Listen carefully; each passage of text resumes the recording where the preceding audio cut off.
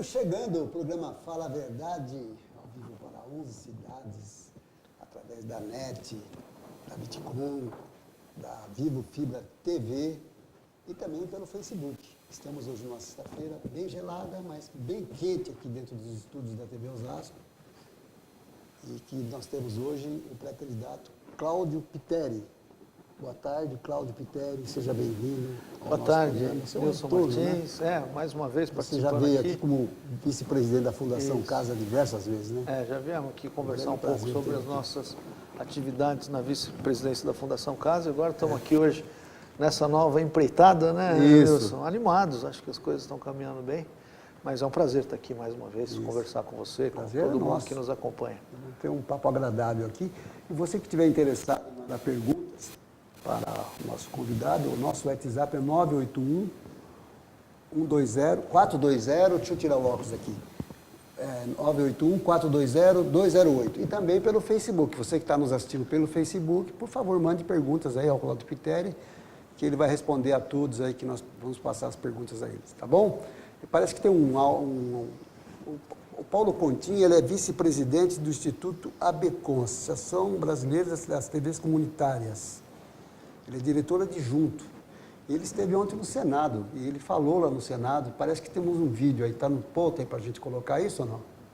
Associação Mineira de TVs Comunitárias. Satisfação por aqui. Paulo Cohen. Paulo Conti. TV Osasco e região. Vice-presidente do Instituto ABCCOM. Em seguida, por 5 minutos, falará meu nobre Beto Almeida, ex-presidente da Associação Nacional dos Jornalistas do Brasil e da Associação Mundial dos Jornalistas.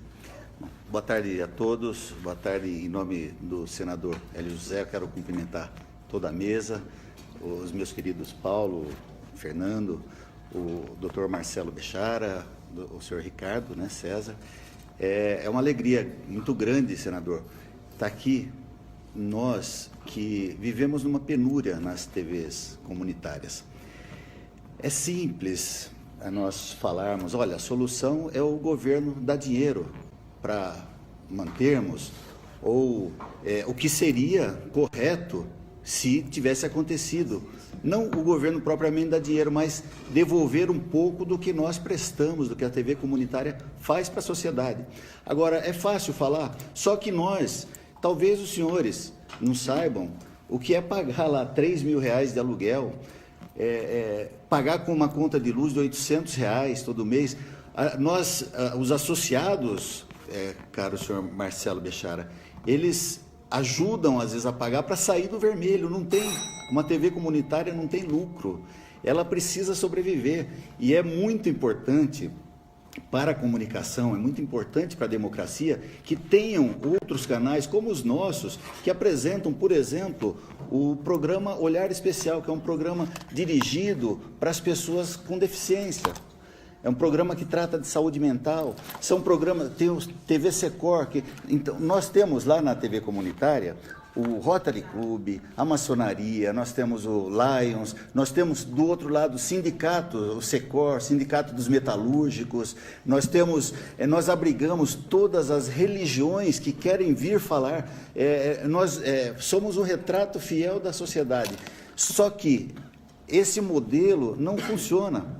Eu sei que talvez fosse o ideal ter um financiamento, talvez fosse ideal ter um financiamento público para tudo isso, mas ele não está acontecendo. Nós estamos há 20 anos, como disse o mestre Didi, numa penúria, tirando dinheiro de outros lugares para manter um ideal de uma comunicação que não seja só, talvez a que o senhor represente aqui hoje, que seja em colocar num horário das 8 da noite, colocar cenas praticamente de sexo numa novela, sexo explícito numa novela, que se quiser fazer um curso de bandido, o senhor pode assistir numa dessas principais emissoras, como ser dono de uma boca de fumo, como ser dono, e tudo isso, será que eles que recebem as fundações, Roberto Marinhos da vida, Anchieta, não sei das quantas, será que todo esse dinheiro que vai para essas fundações, se vier uma fatiazinha para nós, ou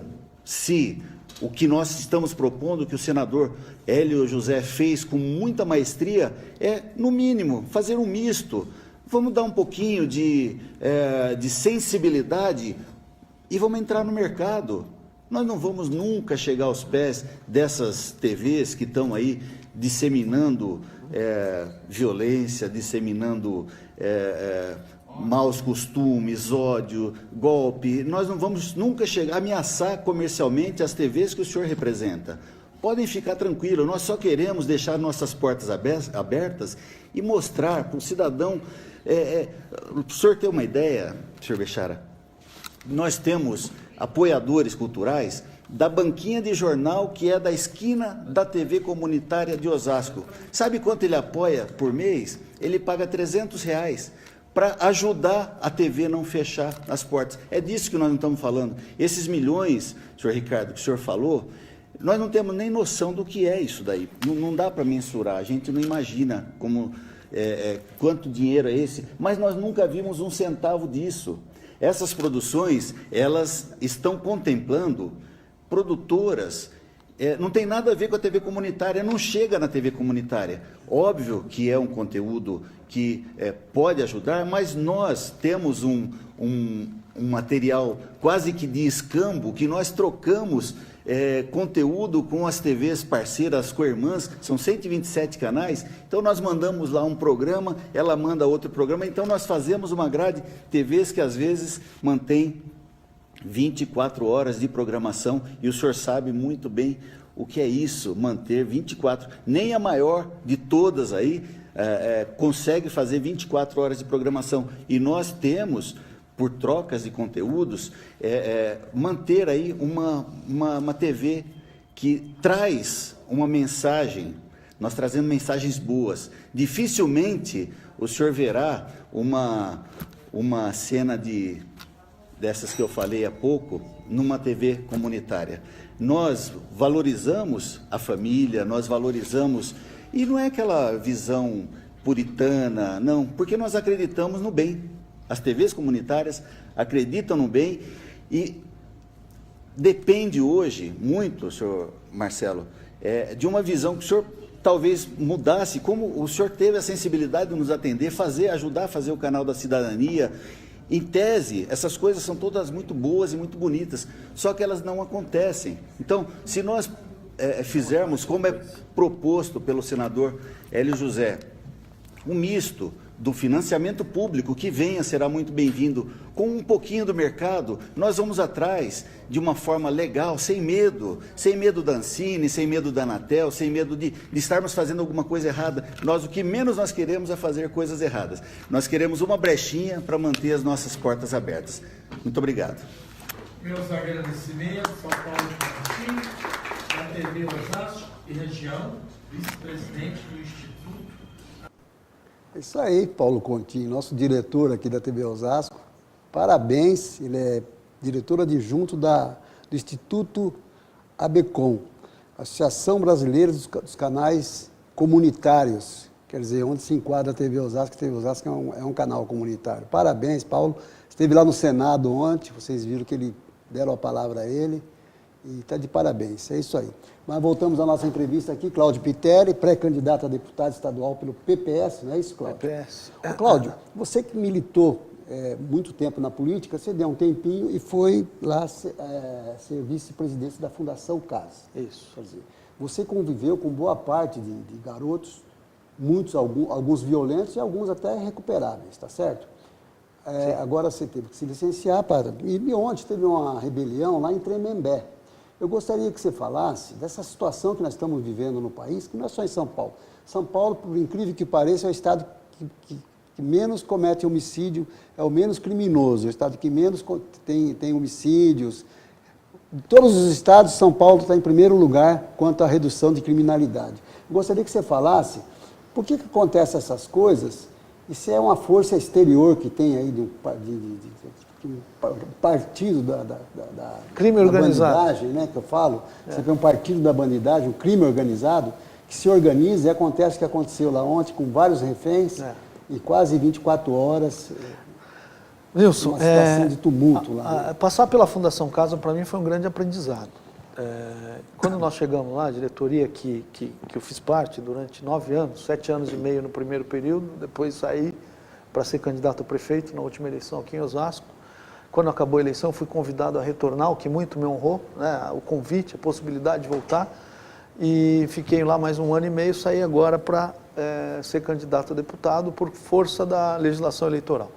Quando nós chegamos, a Fundação Casa tinha em torno de 85 rebeliões por ano.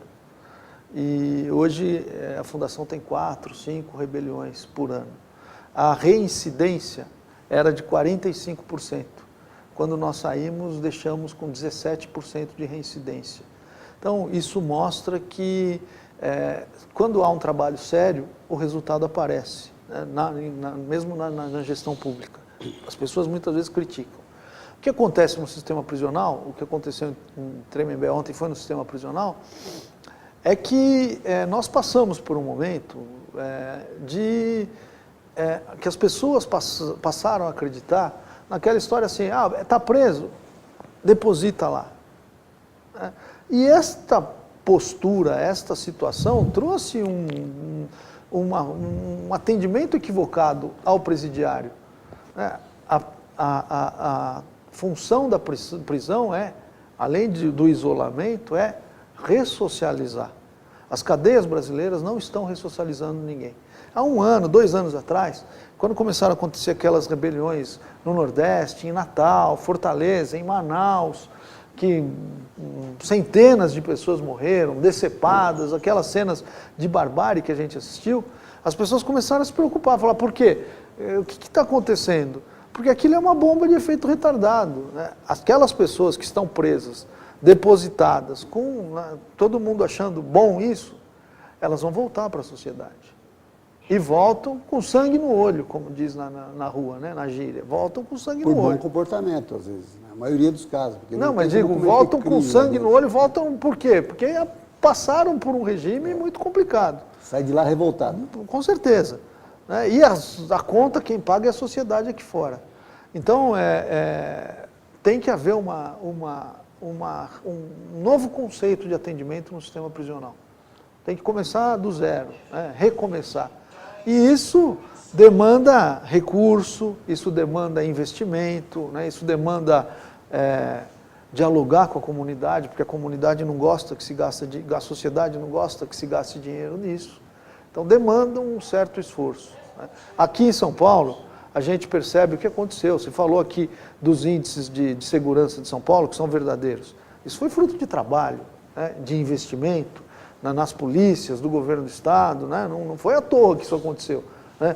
É uma rede que existe dentro do governo do Estado. Redução gradativa de ano a ano, né? Claro, e as coisas têm que ser assim. Começou com 13 mil, caiu para 3 mil. 3 mil e poucos homicídios por ano, né? Baixou significativamente. Então precisa haver investimento, precisa ter um novo conceito de atendimento no sistema prisional. Então, mas tem que ter o novo. Agora, eu vejo assim, muitas falhas justamente no nosso sistema penal brasileiro, né? Que muitos estão lá presos por suspeita, às vezes, que é tal a prisão preventiva, né? E acaba sendo esquecido dentro das cadeias, né? E casos aí de chefes do crime organizado serem liberados por ministro do Supremo, né? Uma coisa assim que a gente não consegue entender, não consegue compreender. Quer dizer, não existe muito interesse, aquele interesse corporativo das entidades, dos 3 poderes, em resolver a situação. Eu não vejo isso. Na verdade, Nilson, isso é reflexo de uma outra questão, né? A gente vive no país que tem a pior distribuição de renda do mundo. Aqui quem é rico é muito rico, quem é pobre é miserável. E muitas vezes esses presos que são presos por equívoco, que estão muitas vezes já com o tempo de sair e não conseguem sair, isso acontece porque eles não têm acesso à justiça, né? Eu sou advogado, sou professor universitário, você sabe disso. É uma falácia dizer que todo mundo tem acesso igual à justiça. Não é verdade. Não é verdade. Então, a gente precisa dar acesso à justiça de fato, concretamente, para essas pessoas. Outro dia eu vi uma estatística, Nilson, 1/3 dos presos no Brasil hoje poderiam sair. por uma série de razões processuais. E 1/3 significa milhares. Significa quase a superlotação que tem no sistema prisional brasileiro. Sim. Então, 1/3 poderiam sair por falha processual. Um recurso que não foi apresentado, não deveria estar preso pelo motivo que está preso, enfim, por uma série de razões. Então a gente precisa dar acesso à justiça. E eles estão dentro de uma escola lá dentro. Exato, né? então. Esse é o problema maior. Essa é a questão. Faculdade. A gente fica nessa Primeiro nível. hipocrisia de achar, nessa hipocrisia de achar que o sistema penitenciário brasileiro recupera alguém. Isso não é verdade. Né? E, repito, o grande problema é que essas pessoas voltam para a sociedade, para o convívio conosco. E se não voltam ressocializadas, elas voltam cometendo mais crime. Então a gente precisa ter adquirir essa consciência, né, de que tem que ter investimento nessa área, para que a gente mesmo tenha, a longo prazo, uma diminuição nos índices de criminalidade. Ontem, assistindo o debate, eu vi uma grande preocupação, né, pela internet, daqueles que estavam assistindo, sobre o problema da segurança. Quer dizer, o povo brasileiro quer uma proposta justa dos candidatos para que se acerte a situação da violência nesse país. E nós vemos lá, então, partido de esquerda, partido de direita, né, e queremos uma solução para isso. Quer dizer, antigamente se reclamava da saúde, a saúde estava em primeiro plano, agora é segurança. E olha, eu vou dizer uma coisa, a saúde realmente é uma coisa muito séria nesse país também, que não se consegue acertar, mas hoje, porque nós estamos no estado de São Paulo, é o estado que eu falei agora há pouco, é o estado com menos criminalidade. Você não imagina a situação no Nordeste, como estão passando lá, é uma coisa assim, muito temerosa. Muito sério o que está acontecendo. Muito temerosa, e o crime organizado se expandiu por todo o país. Eles estão até indo para fora, até indo para os Estados Unidos, quer dizer, eles fazem a coisa tão organizada entre eles, e o Estado não consegue fazer organizado para conter eles. Eles sempre estão à frente, quer dizer, é uma coisa que preocupa muito isso. Eu estou discutindo esse tema de segurança com você por muito tempo, porque é um tema muito interessante de ouvir. Você é uma pessoa que esteve ali no meio, você entendeu? Apesar de ser de menores, mas da crime que estava ali perto sabe, de você. Nilson, a gente precisa falar algumas coisas que são importantes. Eu aprendi nesse período que passei lá na Fundação Casa, como vice-presidente, que não existe política de segurança pública melhor do que a prevenção. Demora, tudo isso eu estou de acordo, né? Mas precisa começar, precisa ter coragem de começar. Educação de boa qualidade, programas alternativos para os jovens, para as crianças, para os jovens. Que é uma das melhores soluções é investir no jovem. É a prevenção. Prevenção para o jovem. Outro dia eu estava vendo... Cultura, esporte. Cultura, esporte. A força do esporte é tão grande. Isso. Veja só, na Islândia, Nilson, há 15 anos atrás, 43% dos adolescentes de até 15 anos eram alcoólatras. Isso tem uma explicação. A Islândia é um país gelado, frio. E o governo islandês se deparou com esse problema. Qual foi a saída que eles encontraram? Estimular os jovens a praticar o futebol. Que coisa, hein? Sabe o que aconteceu, Nilson? Eu vi na Copa do Mundo. Você viu na Copa do Mundo. A Islândia, com 340 mil habitantes, Eu vi na Copa do tamanho de Barueri, foi jogar a Copa do Mundo. É um grande exemplo para o mundo inteiro. Então vê, como jovem, claro, guardadas as devidas proporções, a gente está falando da Islândia, né? É um país pequeno, é mais fácil implementar uma política pública num país pequeno. O Brasil é um país continental, mas houve um resultado muito acima daquilo que certamente o governo islandês esperava. Vamos torcer para que o próximo presidente seja uma pessoa de muito bom senso. Isso. Uma pessoa correta, né? Que eles estão passando por alguns presidentes aí que, infelizmente, levou o país à bancarrota aí, né? Nós estamos numa situação financeira do país, né? 13 milhões de desempregados, quer dizer, vai ser muito difícil para o próximo presidente, ganhe quem ganhar, acertar a situação desse país, mas eu acho que a população brasileira clama por segurança, porque as pessoas deixou de sair à noite. Eu mesmo, dificilmente eu saio à noite, viu? Às vezes você me convida, ô Nilson, à noite eu vou fazer, eu às vezes não vou, porque eu tenho muito medo de sair à noite, porque eu que vivi lá atrás com muita segurança, muita, de andar nas madrugadas lá no Rochidale, que não tinha nem iluminação na rua, que não tinha nada, e hoje eu estou vivenciando o que eu estou vendo aqui hoje, e isso porque São Paulo ainda está em primeiro lugar no índice de baixa criminalidade. eu fico imaginando esse pessoal do Norte e Nordeste como que é. Quer dizer, eu tenho receio, então eu evito sair. Porque ontem eu estava vendo, hoje saiu na TV, um caso de um acidente de trânsito, só uma raladinha que deu ali. O cidadão desceu com a esposa, foi lá, olhou, o rapaz do outro carro não deu a expressão que estava querendo brigar, nada. Ele foi lá, pegou o revólver, deu 2 tiros na cabeça do cara, gente. É e a mulher, passivamente, assim, concordando, entrou no carro e foi embora. É a banalização da violência. Lá no Pará. Por isso que tem que tomar cuidado, né? Com Sabe? gente que fica falando tem que armar todo mundo, tem que tomar muito cuidado. Armar, eu sou a favor do armamento, mas de forma diferente. As pessoas não estão preparadas para andarem Curso armadas. psicológico, tem que fazer escola de tiro. Quer dizer, igual a polícia faz, tem que estar muito bem preparado para ter uma arma. Porque não adianta nada botar uma arma na cintura para o bandido pegar, levar e ainda matar o cara com a arma dele. É um perigo. Aí é perigoso. Tem que tomar muito cuidado com isso. Mas vamos lá, vamos seguir em frente aí. Cláudio, você está aqui hoje para nós discutirmos a eleição. Você é um pré-candidato a deputado estadual, tá certo? Acho que é a terceira vez que você sai candidato a deputado. Terceira vez. Terceira vez, né? É. Você lembra da votação sua? Lembro, em 98 eu fui candidato, tive 38 mil votos. 38 mil votos, que partido você estava? PMDB na época. MDB. Isso. E em 2004, 98, 2006, fui candidato a deputado federal pelo PSDB, tive 47 mil votos. 47 mil votos pelo 47, PSDB. Foi uma grande votação. Quer dizer, você tem um belo do currículo aí, eleitoral, né? Temos.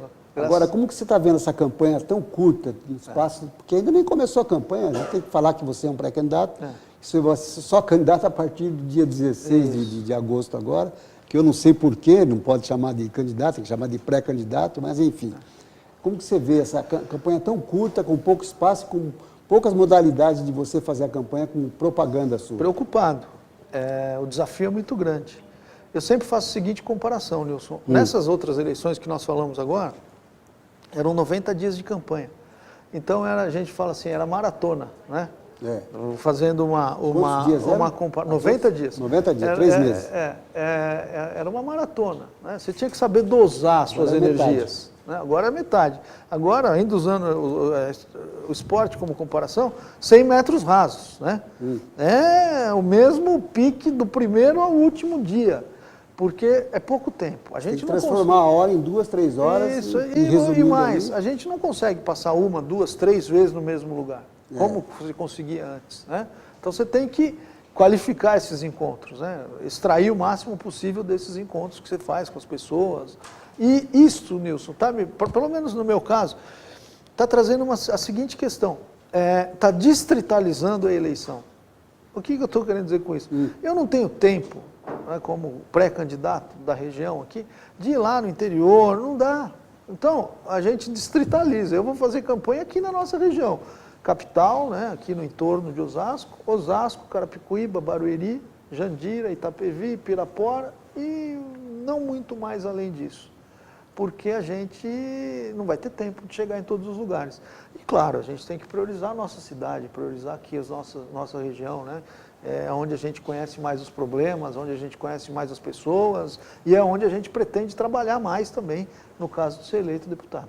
Outra coisa, você vai rodar uma região que ultrapassa os 2 milhões de votos. Exato, né? já tem isso. 570 mil. Nessa região tem 2 milhões de eleitores. Dá para eleger quantos deputados com quase 2 milhões de votos? Daria para eleger 20 deputados. Eleger muito, mas por que não elege? Porque muitas pessoas insistem em votar em quem não é da região, quem só vem uma vez a cada 4 anos pedir voto. Eu sempre falo aqui no programa que a gente tem que votar no candidato da cidade ou da região. Para deputado estadual, deputado federal não tem problema, mas o deputado estadual tem que ser daqui, porque o deputado estadual fica pertinho da gente, Assembleia Legislativa de São Paulo. É mais fácil você cobrar, não é verdade? Então, eu estou fazendo essa campanha aqui. Isso é importante. Mulher votar em mulher também, sabe? A população brasileira hoje, as mulheres são em maior quantidade do que os homens. E o eleitorado também, quer dizer... 52% do eleitorado hoje é exatamente, mulher feminino. Votar em mulher. Agora, eu entendo a dificuldade que vocês vão ter nessa campanha, assim que começar dia 16 de agosto, porque vocês vão sair praticamente assim, o que nós vamos fazer? Feira, andar nas feiras, comício, É muita coisa em pouco espaço de tempo que não dá para Pouco você circular a cidade de Osasco toda. É difícil, Você não vai conseguir. É difícil. Você não vai difícil. conseguir. É verdade. Só na cidade de Osasco. É isso mesmo. E Osasco não é uma cidade um território muito grande, mas não dá. Muita gente. Né? É muita É o gente. que eu falei, você tem concentrada. que buscar qualificar os eventos que você faz, né? Juntar o maior número possível de Exatamente. pessoas para poder conversar com o maior número possível de pessoas em curto espaço de E tempo. você vai enfrentar uma força de uma máquina poderosa, que sempre entra aí, né? Uma máquina, você está entendendo e o leitor que está me assistindo está entendendo o que eu quero dizer sobre a máquina poderosa. Quer dizer, é difícil, realmente é difícil. Agora, é complicado. Agora, leva vantagem de um lado. Como o espaço é curto e pequeno, leva vantagem quem já tem nome. Quem já é conhecido. No seu caso, por exemplo, você falou 50 mil votos para deputado federal que você teve. isso. Esse estadual, 40, né? 40. Então, é um nome feito na cidade, o teu pai foi prefeito na cidade por 2 oportunidades, quer dizer, leva vantagem nesse sentido aí. Agora, que vai ser uma correria, vai. Mas não é só para você. Mas nós estamos preparados, igualmente, né? né? Nós estamos preparados, estou animado e acho que a gente está Eu- trilhando o caminho correto. Eu acho que é uma nova experiência na vida de vocês aí, de uma nova modalidade de eleição que está aí, e o detalhe é isso aqui, a internet, né? Rede social. Vocês devem usar muito, acho que está no seu programa de trabalho aí, vocês vão usar muito rede social, né? Porque Eu realmente estou olhando aqui para o debate pessoal mesmo foi que rede social. toma conta, eles estão aqui nos bastidores, o pessoal da rede social aí, eu olhei para a cara deles, eles sentiram o drama aí, viu? Falaram, opa, é verdade, né? Rede social hoje A é gente tudo. fica dependendo deles ali, viu? Tanto para denegrir, que aqueles são os chamados fakes, né? E para ajudar. Quer dizer, então, agora, eu vou falar para você como é que se identifica um fake. É fácil identificar um fake.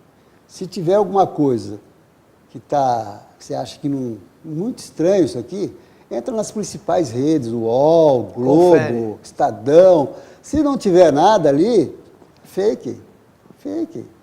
Sabe? Não acredita naquilo que está lá. Outra coisa, aquele cidadão que coloca as coisas e não coloca a foto dele, coloca um desenho, alguma coisa. Olha, fake. É Certo? verdade. Então, vocês já estão preparados para isso, porque é um dando um tiro de um lado, outro do outro, e vai ser uma disputa muito acirrada realmente, né? E vamos torcer para que dê tudo certo aí para as candidaturas de Osasco, da região, que saia tudo bem, não é verdade? Com certeza. Eu acho que é importante a gente ter os representantes da região, como você bem disse. Nós vivenciamos, né, a região, vivenciamos os problemas da cidade, tem uma grande responsabilidade de fazer a ligação entre a região e o governo do Estado, a atuação parlamentar, a gente tem que prestar atenção. Muitas vezes as pessoas desconhecem ou não conseguem perceber que na atuação parlamentar do deputado, ele consegue buscar recurso, ele consegue melhorar a vida das pessoas, né? Então, eu fui vereador aqui 5 mandatos, Fui presidente da Câmara. Fui presidente da Câmara, fui vice-presidente da Fundação Casa, sou advogado. Currículo maravilhoso. seu, Me viu, sinto em condições de representar a nossa região, viu, Nilson? Cláudio, você vai sair dobrado com a Bruna Furlan, né? Sim. Filho do prefeito de Barueri. E que nós sempre comentamos no meio dos nossos colegas jornalistas é que quem que vai pegar uma parte do filão dos votos do Celso Giglo? O Celso Giglo, das 2 campanhas de deputado que ele fez com a Bruna foi muito bem votada em Osasco. Quer dizer que ele tinha um prestígio aqui, continua tendo, depois que morreu ainda tem o prestígio. Então, esses votos do Celso Giglo vai ser destinado a alguém. O que você acha? Você é um cara com... tem um nome, era aliado ao Celso, foi do PSDB por muito tempo, tem boa chance de pegar boa parte desses Então, Nilson, votos você aí. sabe que essa questão é Tá curioso. todo mundo né? querendo. Eu estou vendo gente que nunca fez política com o Celso falar assim, não, sou eu, né? Ou achou uma foto lá com o Celso Giglo e colocou. Outro dia alguém me perguntou, você tem foto com o Celso? Eu falei, eu tenho foto com o Celso milhares, né? Porque eu sempre fiz política com ele. Eu sempre digo, não tenho vergonha de falar isso, eu aprendi a fazer política com 2 pessoas. Com meu pai e com o Celso, né? Porque a gente conviveu muito, você sabe disso. Eu fui parceiro do Celso nos momentos melhores da carreira Carregou política você no dele. colo, né? Carregou. Eu fui parceiro político nos momentos melhores da campanha, da carreira política do Celso, mas também tive ao lado dele nos momentos mais difíceis. Né? Então, o que eu sempre digo, Nilson, é que isso vai ser natural. O eleitor vai saber quem é que foi parceiro do Celso. Se a gente não consegue impor, ou você construiu isso através de uma relação, né? As pessoas nas ruas sabem quem andava ao lado dele, não é uma coisa que a gente inventa.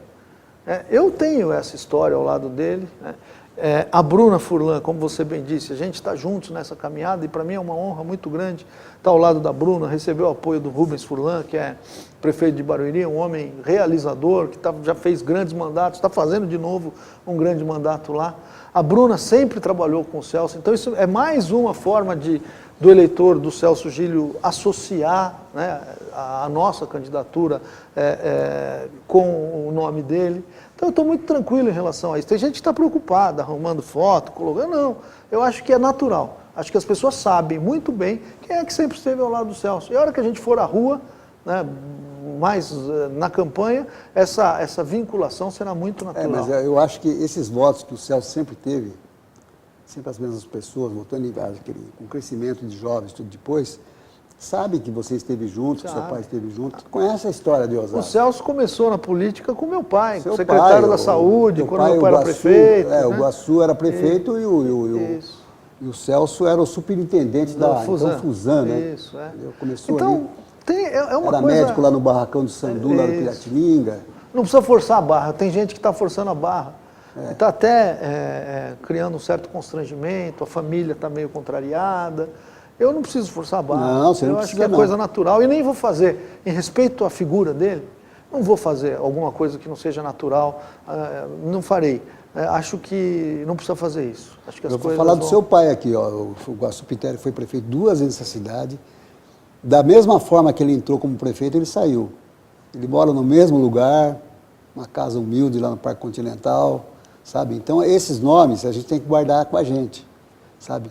A gente vê tanto escândalo de corrupção de prefeitos aí nesse país, nesse rincão brasileiro aqui, sabe? E vê que tem pessoas mesmo que se dedicam, e ele se dedicou muito. Que eu lembro quando seu pai foi prefeito a primeira vez, Osasco era um bebê ainda, né? Estava começando, era um bebê. Né? A cidade estava começando. Quer dizer, os caminhões de lixo, para vocês terem uma ideia, eram esses caminhões comuns de carroceria que passavam e ia jogando lixo na carroceria lá, não tinha nem onde jogar o lixo. Asfalto, então, nem falava de asfalto nos bairros. Aí, carecia de Então, você imagina as dificuldades de um prefeito conseguir governar naquele período. Ele se tornou uma liderança tão grande, e onde ele chegava, o pessoal carregava ele no ombro. Verdade. Essa é a verdade do Guaçu Pitteri. Eu tenho algumas lembranças, Nilson. Outro dia eu estava na Vila Menck e eu me lembro perfeitamente, eu era moleque, 9, 10 anos, segundo mandato do meu pai, mas algumas questões, algumas imagens, né, que a gente vivencia marcam, né? Eu me lembro bem o dia que ele foi inaugurar água na Vila Menck. O bairro ali no larguinho onde tem a igreja, lá, hoje é asfaltado, mas não tinha nem asfalto na época. E quando a água jorrou, né, da mangueira, a população tirou a mangueira da mão dele e deu um banho nele. E aquilo me marcou, porque eu era criança, me assustei até com aquilo, né? Então, isso, a cidade estava começando, né? Era um outro momento. Eu vi por várias vezes isso. Eu acompanhei os mandatos dele, eu era muito jovem ainda no primeiro mandato, mas no segundo mandato... Mais ou menos, né? Não era tão jovem assim. Mais ou menos, vamos mudar de assunto quanto à idade, entendeu? Mas no segundo mandato eu estive com ele, eu trabalhei na prefeitura no período do Guaçu prefeito, segunda parte, eu trabalhei na prefeitura. Quer dizer, foi um modelo de organização dessa cidade. 2 nomes que a gente não pode esquecer como administradores, Francisco Rossi e Guaçu Pitteri. Foram os pontapés iniciais, porque o Guaçu saiu, entrou o Rossi. Isso. Depois voltou o Guaçu de novo. Verdade. Entendeu? Então, a gente não pode esquecer isso. E o Celso Gílio deu continuidade a esse trabalho. O Celso Gílio, o primeiro mandato dele foi maravilhoso, deu uma reestruturada nessa cidade aqui maravilhosa. Ele pegou o bonde andando do Rossi, que o Rossi já tinha dado início e levou legal. E o povo entendeu isso. E o Celso era um cara muito popular também. Né? Trabalhador, muito, popular. muito popular. Aquilo que eu falei, aprendi muito com o Celso, porque quando ele foi prefeito, eu era líder do governo, no segundo mandato. A forma como ele se envolvia nas discussões dos problemas da cidade é uma coisa que a gente tem que procurar implementar no nosso trabalho. Ele entrava naquelas favelas, ia tomar café, é uma pessoa muito popular. Por isso que tem muita gente interessada nos votos do Celso Gílio.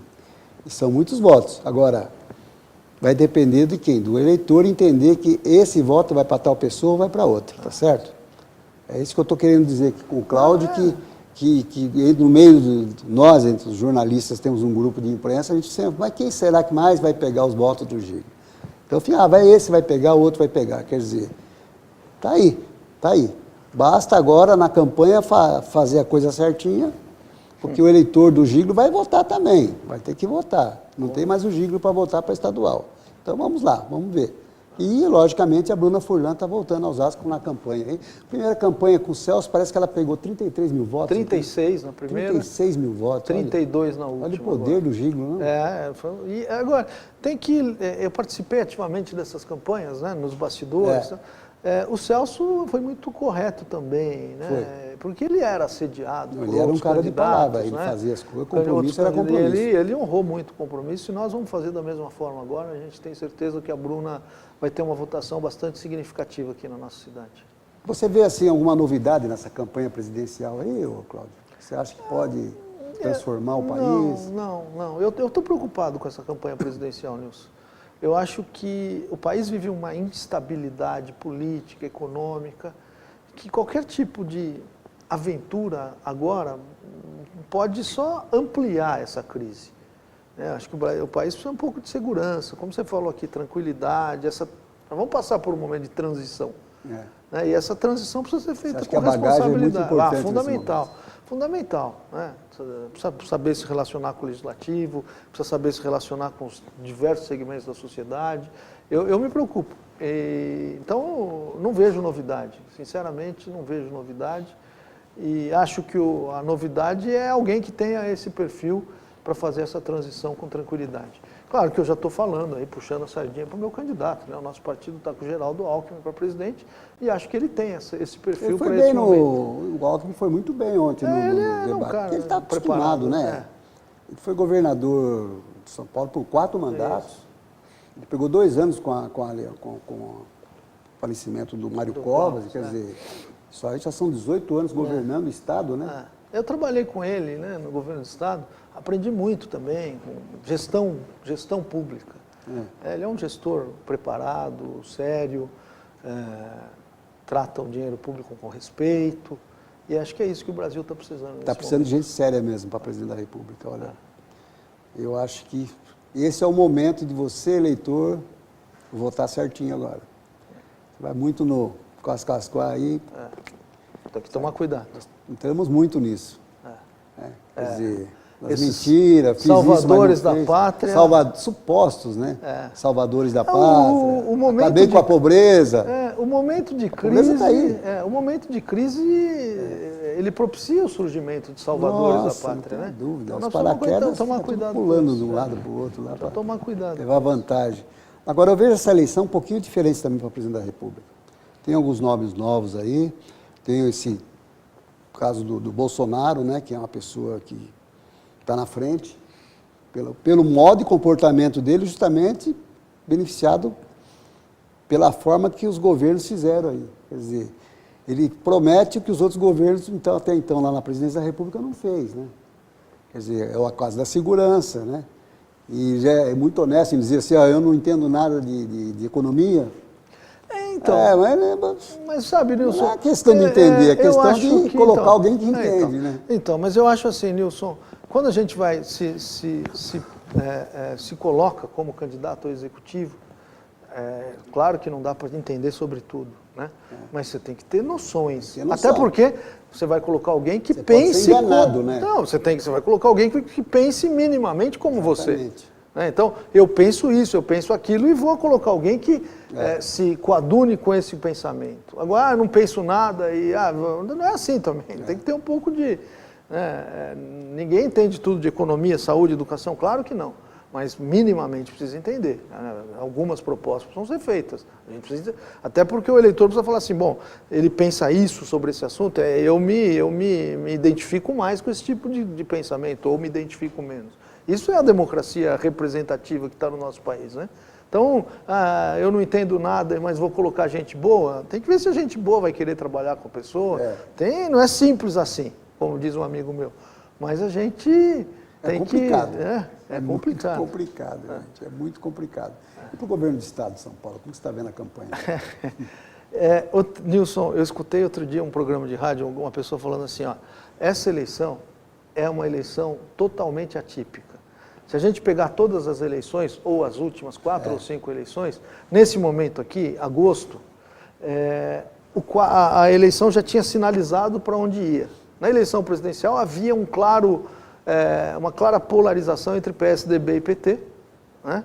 E na eleição estadual já tinha os 2 candidatos, o PSDB ia ganhar no primeiro turno, como ganhou algumas eleições aqui. Isso. Em São Paulo eu não vejo essa ainda definição. Eu acho que o João Dória é um candidato que está forte na frente aí. O Scaff é um homem que está à frente também está bem posicionado. E acho que o Márcio França, com a estrutura que montou, com o leque de apoios que montou. 15 partidos, né? Isso, gente forte, acho que ele tende a crescer. Agora, tem 45 dias, 50 dias para crescer. Exatamente. O PPS está com o PPS está na coligação do Márcio França. Legal. Agora, está aí a expectativa, tem uns nomes. Agora, o Dória, eu acredito que o fato dele ter sido prefeito tampão, né? Porque foi um prefeito tampão ali, ficou nem 2 anos, ficou. Não, 1 ano e 4 meses. Prometeu que ia ficar os 4, quer dizer, isso aí talvez. Mas vamos ver, ele é muito explicar. bom de mídia, ele vai usar o horário de TV dele, ele é muito bom ali. Ele é competente. Ele tem uma prática para convencer, coisa assim impressionante. É o caso do Lula. O Lula, onde ele chega, ele faz o território dele. Nós não podemos falar do Lula, mas ele é muito competente quando se fala de política e do que ele faz. É um cara muito popular, eu respeito muito o Lula, sempre fui fã do Lula. Agora, você sabe, Nilson, quando a gente vai entrar num processo eleitoral... Muito poder, chega onde chegou. Quando a gente vai entrar num processo eleitoral, a gente tem que estudar, analisar o que é positivo nos nossos adversários e o que é negativo. E tem que reconhecer aquilo que é positivo. Senão você está tendo uma visão deturpada do quadro. Então, é isso que você falou, o Lula tem suas qualidades. Poxa vida, ontem devolver R$1 bilhão para a Petrobras, e o pessoal falar que não houve nada nesse país, isso aí soma-se a mais 15 bilhões que já repassaram, parece lá. Já foram recuperados. É uma parcela que está somando ao restante, ao que já mandaram lá para a Petrobras. Quer dizer, tem que refletir nessas coisas também, gente, tá certo? Agora, o Estado de São Paulo precisa de um bom governador? Precisa de um bom governador. E nós temos os nomes competentes. Eu vejo com bons olhos lá o Scaff, sabe? Eu vejo com bons olhos o Dória, vejo com bons olhos o Márcio França, que foi um excelente prefeito lá em São Vicente. São Vicente, né? Parece que ele entrou até para o livro. Parece que teve uma reeleição com maior índice. Maior índice, mais de 90%, né? Mais de 90%, quer dizer, então, são nomes bons. Agora, temos o Senado também, né? Além disso, é isso que preocupa. O Senado vai ser surpresa. Essa eleição, até porque os 2 senadores atuais não são candidatos à reeleição. Né? Tanto a Aloysio Nunes quanto a Marta Suplicy, que agora desistiu da candidatura. Então, os 2 senadores atuais não são candidatos à reeleição. Então, uma eleição que está totalmente aberta. É uma eleição diferente. Eu não sei, são nomes aí do próprio PSDB mesmo, são nomes que não são muito conhecidos. Não, né? O Trípoli e a Mara Gabrilha, aquela deputada. Inclusive o Trípoli, o pai dele foi secretário Trabalhou com meu pai. Conheci ele lá, o Bigode.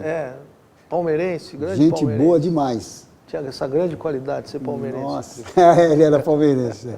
O Corecone, né? Gente boa. Então, e eu não vejo assim, nomes fortes para o Senado aqui em São Paulo. São nomes conhecidos, né? Eu não...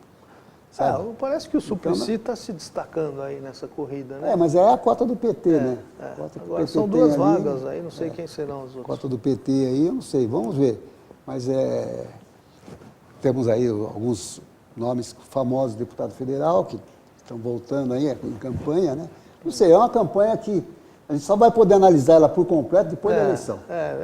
Vai ser uma eleição diferente, com certeza. Vai ser uma eleição totalmente diferente. E tem um outro ingrediente, né, Nilson, que a gente não pode desprezar. Boa parte do eleitorado diz que não vai votar, que não vai participar da eleição. Isso vai refletir no resultado final. Você acha mesmo que acho que já foi uma tendência na eleição passada, né? Infelizmente... Vai ser maior do que a outra agora? Eu acho que igual, mais ou menos o mesmo... Abstenção, voto nulo, voto branco. Hoje o meu esforço, eu tenho feito 2 esforços nessa campanha. Primeiro esforço é aquele que você falou aqui no começo do programa. Estimular as pessoas a votarem nos candidatos da região. Isso. Isso é muito importante. Muito. Explicar a importância da representatividade. Né? Sabe, Nilson, olha, aqui a gente se relaciona com o governo do Estado e às vezes a gente não percebe. Aqui na nossa região a gente tem 3 hospitais do governo do Estado, então impactam na nossa vida todos os dias. Escolas estaduais, centenas. Transporte. Quantos mil moradores da região não usam a CPTM todos os dias? Isso. Governo do Estado. Segurança pública, que você falou aqui, Polícia Militar do Estado de São Paulo. Saneamento básico. A Sabesp tem uma dívida com a nossa região. Tem. No que tange à rede de esgoto. Né? Praticamente todas as residências da região têm água encanada. Mas em relação à rede de esgoto, há um déficit considerável. Nas periferias, né? Não, há um déficit considerável. Então a gente precisa buscar esses investimentos aqui para a região. Então, você vê, então, a minha primeira questão é essa, explicar para as pessoas a importância do deputado estadual nesse quadro que a gente passou. Segundo, estimular as pessoas a votar, porque as pessoas não querem. Não querem. Né? Explicar. Ó, agora eles sabem que a multa é tão pequena, acho que é 2,80, né? Pouco, né? Eu prefiro pagar a multa. Isso, mas tem que explicar, falar, olha, é importante votar, né? O quadro, buscar uma renovação eventualmente, mas precisa votar. E eu digo sempre o seguinte, Nilson, dentro disso, olha, eu não gosto do Cláudio Pitteri por alguma razão, sou aqui da região, escolhe outro da região. Tem tantos outros candidatos bons aqui da região. Né, mas escolhe alguém da região. Leque enorme para deputado aí, estadual, para deputado federal, a gente está nessa parceria regional com a Bruna Furlan, porque a gente quer manter, eu tenho conversado com ela, a gente quer manter essa parceria se eleitos, né? Ela no Congresso Nacional, buscando recursos em Brasília para a nossa região, como já fez nesses 8 anos, e aqui a gente na Assembleia Legislativa também buscando essa interlocução permanente aqui com a nossa região. Nós temos aí muitos nomes, pela listagem que o Vanderlei Berrocoso lá do Correio Paulista fez, quase 30 nomes. Candidatos a deputado estadual só de Osasco. Então, aí tem um outro ingrediente, né, Nilson, que eu acho que a gente precisa refletir sobre ele. O prefeito Rogério Lins, ele, infelizmente, priorizou o projeto individual dele de 2020 e não está pensando na cidade. Essa estratégia de lançar um monte de candidato a deputado estadual para nenhum chegar, porque ele está pensando assim, olha, se ninguém chegar, em 2020 fica mais fácil a minha recondução. E abrindo mão do quê? De ter alguém que represente a cidade. Eu já disse isso a ele, vou dizer aqui, se eu for eleito deputado, a primeira pessoa que eu vou visitar é o prefeito de Osasco. E dizer, ó, fui eleito deputado e quero trabalhar pela nossa cidade. A discussão sobre 2020 é lá na frente, não deve se dar agora. Então, esta política, esta estratégia que foi elaborada pelo prefeito, ela é muito perigosa. A cidade pode ficar sem representatividade e vai custar caro para a cidade isso. Não pense que não, vai custar caro, porque alguém tem que estar falando lá no governo do estado sobre os nossos problemas, tem que estar permanentemente fazendo essa interlocução. Não pode abrir mão desse jeito. Ele podia ter feito diferente. Escolhe um candidato do grupo dele, a gente respeita, né, e coloca. Tradicionalmente, Osasco sempre foi assim, isso, né? O prefeito sempre escolheu Isso. Agora, lança 4, 5, 6 para... sai aí para atrapalhar o outro. Isso é uma estratégia da política antiga. Embora ele se diga um político da renovação, é uma estratégia da política antiga. Né? A política a gente constrói em grupo, a gente... Né? Hoje você é prefeito, você é deputado e o grupo vai avançando para o bem da cidade, não rifar a cidade como está sendo feito. Ele esteve na Câmara Municipal terça-feira, né, e conversou um pouquinho com a imprensa e perguntaram para ele se ele estaria apoiando o Francisco Rossi também ou iria ficar contra. Ele falou, não, eu não vou ficar contra quem está saindo candidato e quer o bem da cidade, eu vou ajudar. Ele generalizou mesmo.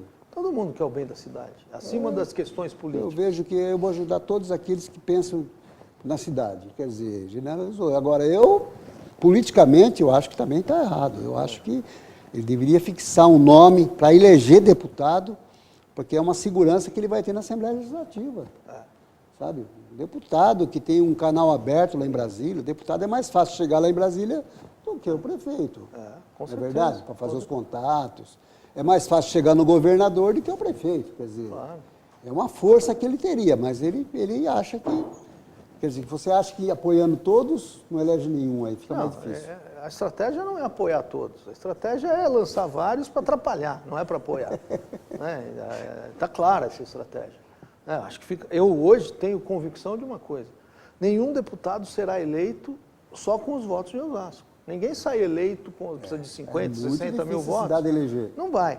Então, quem não tiver trabalho fora, alianças fora da cidade, dificilmente vai chegar. É difícil mesmo. Então, a gente tem que se preocupar um pouco com Agora, isso. tem uma vantagem aí, quando nós falamos da abstenção em votos nulos e brancos, tem uma vantagem, o quociente eleitoral também vai cair. Então. Se for 50%, vai cair. Mas aí os votos válidos também caem. Então, ninguém está se atrevendo, sabe? Porque antigamente as pessoas falavam assim, quantos votos precisam nesse partido? Precisa X, e naquele, precisa Y.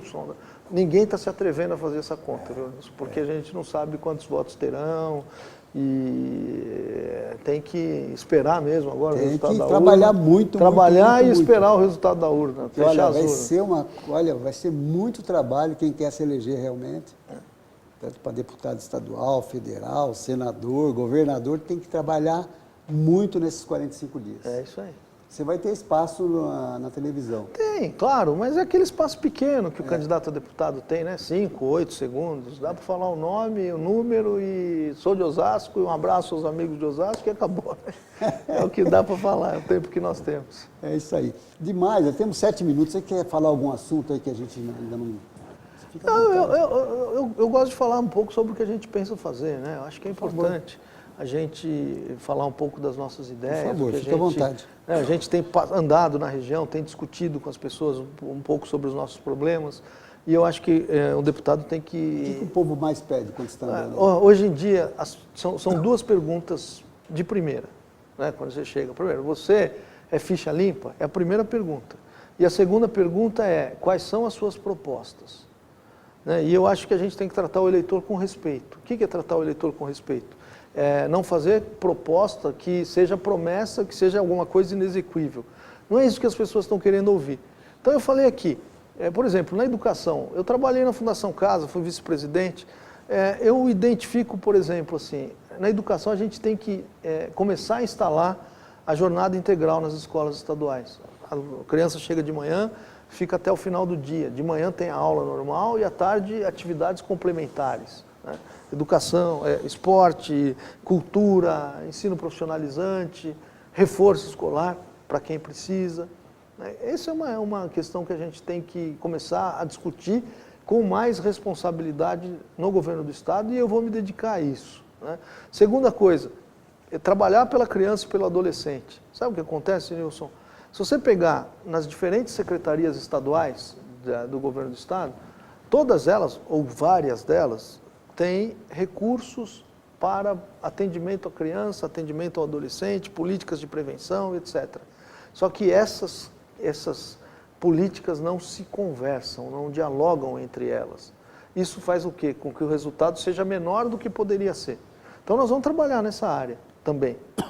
Já falei aqui, a questão da Sabesp. Eu vou ser muito chato em relação a isso. Vou atrás. Vou atrás. A Sabesp, eu sou, né, trabalhei no governo do Estado, mas não é por isso que eu vou deixar de reconhecer que a Sabesp deve para a nossa região. Precisa investir mais, especialmente na questão do esgoto. 75% das residências da Zona Norte de Osasco não tem esgoto. É muita coisa. A gente tem que começar a cobrar esses 75%. Só na Zona Norte? Na Zona Norte. Na Zona Sul, 35%, 40%. Então, é muita coisa. A gente precisa exigir que esses recursos venham para a cidade. Então, essas questões a gente vai atuar bastante. Tem outras questões que eu acho importantes a gente falar também, que embora sejam de atribuição do governo federal ou do Congresso Nacional, essa discussão, dizer qual é a opinião de São Paulo, do Estado de São Paulo, do Parlamento Paulista, a respeito da distribuição de renda nas esferas de poder. Os municípios estão pagando a conta e muito caro da má distribuição de renda, né? Cerca de 70% dos recursos do bolo orçamentário todo ficam lá com Brasília. 20 e tantos por cento com os estados e menos de 18% para os municípios. É pouco, até porque a responsabilidade dos municípios é muito grande. Então eu quero ajudar nessa discussão, né? Criar uma frente parlamentar aqui em São Paulo que discuta essa questão e que leve a opinião dos municípios de São Paulo a respeito dessa situação. Então a gente quer participar ativamente dessa discussão. Então basicamente são essas ideias. Você sabe, Nilson, a gente a cada 15 dias reúne todo o grupo que faz parte da política. Na próxima terça nós temos reunião. Suas reuniões são bem frequentadas. E a próxima terça, a reunião vai ser aberta para que quem estiver lá opine um pouco sobre o que a gente vai defender como proposta. Vai ser aqui na rua Fiorino Beltramo, em frente ao Portal do Trabalhador, pertinho aqui. Você está convidado, viu, Nilson? Obrigado. Para a gente discutir um pouco as nossas propostas. Eu acho que a nova política que a gente está falando aqui um pouco, ela tem que inverter um pouco essa relação. As coisas não podem ser de cima para baixo, são de baixo para cima. Eu quero ouvir um pouco as cerca de 150, 200 pessoas que participam lá conosco, ouvir um pouco as opiniões delas. Claro que a gente vai filtrar, né? Tem coisa que não é atribuição de um deputado, tem coisa que é questão mais municipal, mais local, isso a gente vai filtrar. Mas eu tenho certeza que boas ideias sairão de lá e a partir daí a gente vai incorporar isso às nossas propostas para que a gente possa apresentar isso para a população a partir do dia 15, 16 de agosto, que é quando começa a campanha eleitoral. Haja sapato. Haja sapato e saliva, né, e vontade. Sair muito cedo sem horário para voltar. Outro dia, outro amigo meu perguntou assim, como é que se faz na campanha? Fala, é hora de acordar 1 hora mais cedo e dormir 1 hora mais tarde, pelo menos. Né? Então agora a gente vai, né, já está acordando 1 hora mais cedo e dormir 1 hora mais tarde. Estou muito confiante, acho que nós estamos no rumo certo. Está certo. Né? Essa aliança que nós fizemos com a Bruna, né, tem trazido bastante gente para apoiar a nossa candidatura. E você é jovem, né? Obrigado ainda, né? Comecei cedo. Você continua sendo jovem, você é jovem. E é a novidade, né? Quer dizer, apesar de ter saído lá atrás, mas você ficou afastado da política há um bom tempo, né? Fiquei. Está voltando agora. Estou muito confiante, acho que estamos no caminho certo. Tá certo. Eu tenho levado um discurso de esperança para as pessoas. Não tem, Nilson, para encerrar, sei que a gente está acabando ali, não tem outro meio de mudar a nossa vida que não seja através da política. Não tem. Então a gente precisa refletir sobre isso. Tá certo. Eu quero agradecer a sua presença, desejar boa sorte na campanha, tá bom? E fique agora, dá um recado aí, se quiser. Deixar uma mensagem de esperança para você que está nos assistindo, que nós falamos agora.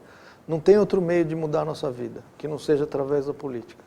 Eu, nas minhas salas de aula, eu falo isso para os meus alunos. Falo, se vocês tiverem outro meio, me apresentem, vamos discutir, eu topo discutir. E não tem. Então seleciona, se informe.